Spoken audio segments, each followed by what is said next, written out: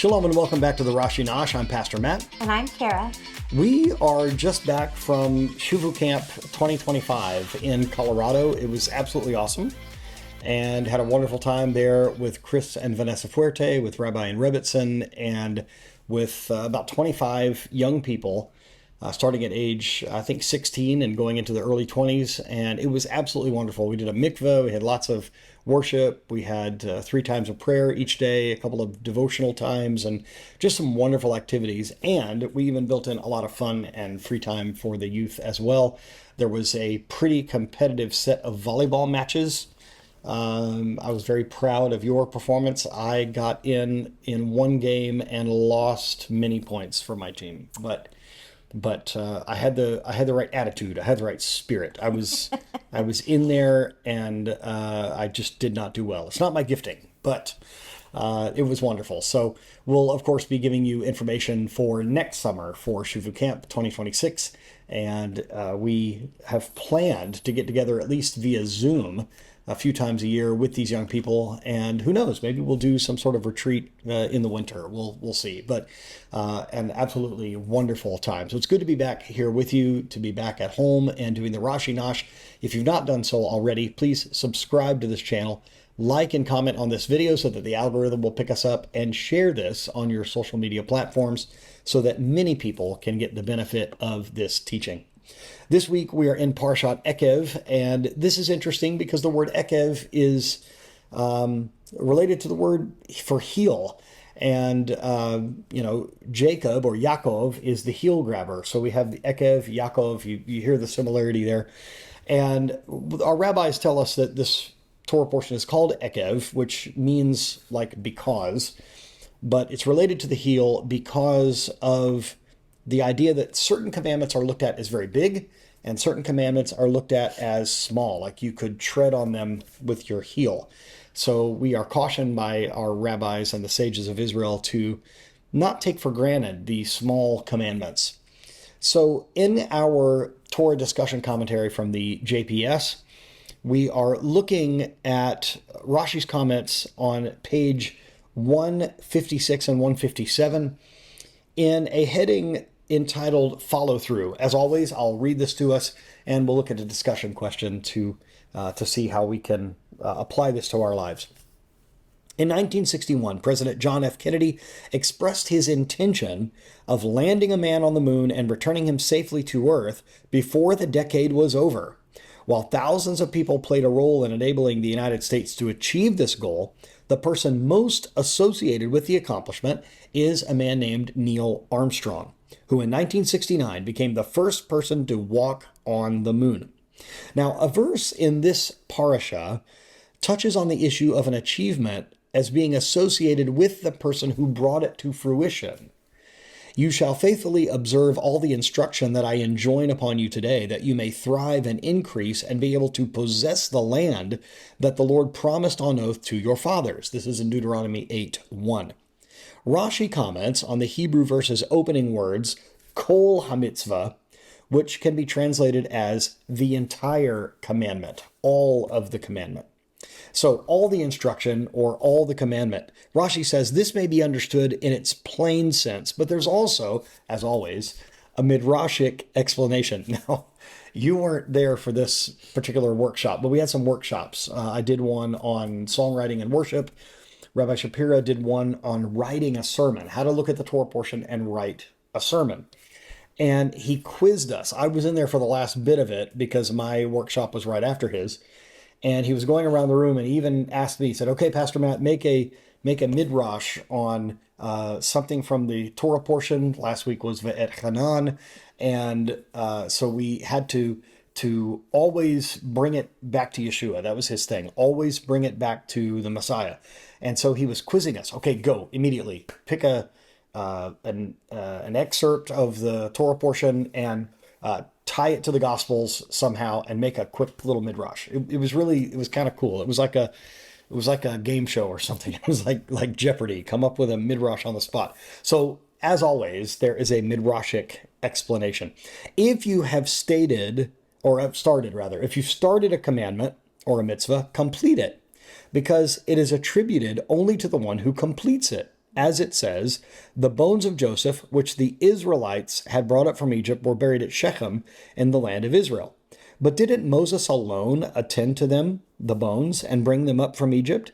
However, since he had no opportunity to complete it, since he did not enter the promised land, and the Israelites completed it, it is credited to their name. That's what Rashi says on Deuteronomy 8:1. This is an interesting way to look at this. Now, some people may say, I know that, well, why are you looking for credit for doing the mitzvah? Because in Judaism, there is merit associated with doing the mitzvah. It's like what we could call storing up our treasures in heaven. So sometimes somebody plants a seed, somebody waters it, and then somebody brings it to fruition. Now, the person who, for instance, leads someone to the Messiah is looked at as their spiritual parent, which is why Paul calls Timothy my true son in the faith. It's looked at as a parent relationship. So whether it's doing a mitzvah or leading someone to faith, it's almost like the merit goes to the person who crosses the finish line, so to speak. So Rashi emphasizes that a person is to complete any mitzvah he or she has begun, a reminder of the importance of follow-through in everything we undertake. Now, here is the rather big discussion question that we're going to look at. We'll see if you have anything in your personal life, but no pressure. But I feel like I have a big one on this one. Neil Armstrong's moonwalk marked the successful conclusion of an ambitious national undertaking launched years earlier. Describe an achievement that required you to follow through over an extended period. How did you maintain the discipline to conclude the initiative? Did you encounter any setbacks? And if so, how did you overcome them? Boy, do I have a good example for this, and that is completing the yeshiva. And, I could even go so far as to say completing a book that I've been working on for a couple of years. It's very difficult to do something when you have not only a full-time job, but more than one job. It's difficult to do that. And leading a congregation and working with the ministry and doing all the things. And it always seems that you have these great intentions and these goals and you're managing your time well, but life kind of gets in the way. And a very famous quote from one of the Beatles, John Lennon, who said, "Life is what happens when you're busy making other plans."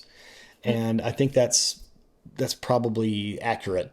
So the yeshiva is supposed to take 4 years to get through. I did it in 5. I crammed 4 years into 5 years. And a little joke there, but I did eventually complete it. I was part of the first graduating class of Yeshivat Shuvu. There were 4 of us, and 2 men and 2 women. And we all were ordained as Morim. And it was a very difficult process, fraught with setbacks. How did you maintain the discipline to conclude the initiative? I would say for me, it began to be something I was consumed with. I had to finish. And this is having a couple of times where I was out of the yeshiva for a time. There was a time that I didn't think I could complete it and actually dropped out at one time and then came back to it. And it is a very hard thing to do. Higher education of any kind, college, whether it's an associate's degree, even at a community college, or getting a bachelor's or a master's. There was a time when I didn't think I would complete my bachelor's, but I did. There was a time I didn't think I'd complete my master's, but I did. And then completing the yeshiva and then becoming ordained. It is such a satisfying thing if you really can jump over the hurdles, get over the obstacles, and cross that finish line. It is a very satisfying thing. And someday, with God's help, I will complete my book. I have never appreciated the difficulty of what Rabbi Shapira does in writing books. in trying to write my first one. And I've been told that the first one is the hardest. That once you write the first one, that it's not difficult. Well, not that it's not difficult. It's not as difficult to write the second or the third. So for me personally, these are big examples in my life of having something very difficult to accomplish, finally accomplishing it. And once you have done it, it can never be taken away from you. Once you've completed that for the rest of your life, you know that that is something that you've done. There are still so many projects on like an assembly line backed up. Whether it's a course on the Gospels that we announced in February that I'm leading, whether it's music projects. We still have music things to mix from when our friends from Korea were in town, our friend Eliana from Israel. So many things that need to be completed, but there's so much in the day to day of us running a ministry, being a part of Ahavat Ammi ministries, doing all these different things that we do, not to mention having a family and all that kind of stuff. So I'm looking forward to crossing off on my list all these things. Have you had an incident in your life where you have a difficult thing to accomplish and then you accomplished it? I was trying to think. Nothing like super sticks out to me other than when me and Christy decided to start our business. Hmm. Obviously, you don't just make a decision one day to start a business and the next day it's up and running, So there was, even though we started and it built, and it was a long process of getting it established and then going, and then clients and employees, and then all the processes dealing with all that. And so it was quite a involved thing, and it took a lot of time, and there was some times where we just were like, is this worth it? But we pushed through, and we did it, and it was definitely satisfying in hindsight to look back and say, whoa, okay, that And you was a guys are lot, still but dealing with things. yes. Just even today in our staff meeting, you're talking about taxes you have to file and this and that, and Yeah. it's not like it's you accomplish it and it's done. Yeah. It's a thing. And the same is true with the yeshiva. If you graduate from the yeshiva, your work is just beginning, because now it's like, okay, now you've been trained, now let's put you to work. Let's make you a translator. Let's make you a teacher. Let's make you someone who works behind the scenes in administration. Let's have you ship out books. Let's have you be involved in whatever process. It's really quite amazing that you get the sense of satisfaction of complete. Okay, we started the business. Now we run it. Yeah. We graduate from yeshiva. Now we have been equipped. Now we teach. And I think that's good. I think that keeps us on our toes. And in a way, we could call that continuing education. Sure. It's a continuing education thing. So I know if you're like us, and you are, I know that there's something that you've been really wanting to accomplish. And I know you've had doubts as to whether you can accomplish it. I know you can. With God's help, I know that you can accomplish, because the beautiful thing about our God is he doesn't give you the idea or an inspiration or the command to do something that he doesn't then enable you with his help to do it. So I know you can do it. And maybe we can all encourage one another. Maybe I can finish my book and you can do your thing that you need to accomplish. And even if you've started something and then paused it, go back to it, cross the finish line, bring it to fruition, be the one that gets the merit for Israel for accomplishing that mission, that mitzvah. And we know that it will be a blessing. And then if you've gone through something difficult and you accomplish it, maybe write that in the comments down below. Maybe do that. Give us some encouragement from your life of something difficult that you have accomplished. Just as an aside, one of the difficult things that the young people did at the camp, the rabbi and the rebbitzin really challenged them to push themselves and go on a sunrise hike up a mountain.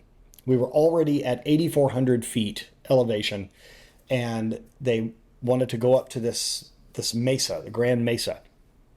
And it was another 1,200 feet of elevation, a hike that would take a couple of hours, and very difficult. and very early in the morning for young people. They met at 5:45 and set off on their journey. And we remember talking with the director of the camp saying, listen, if they left at 6 in the morning, they may not be back till noon. And probably around maybe 10 or something, maybe even earlier. I can't remember, but it was much, 9:30. maybe 9:30, earlier than we thought that they would come back. We heard this commotion, this joyous like celebration as they were cheering and singing and shouting as they were coming back down the mountain. And there were several of the young people that said, I didn't think I could do it, but my friends encouraged me, come on, we'll help you, you can do it. And they all did it. And they will never forget that mountaintop experience because they did the difficult thing. They got the merit for doing the difficult assignment. So push yourself a little bit, as we will push ourselves here as well. And I think it's a wonderful thing in your memory scrapbook to look back at all the victories that you've had. Thank you once again for joining us this week on the Rashi Nosh. We will see you next week. God bless you and shalom.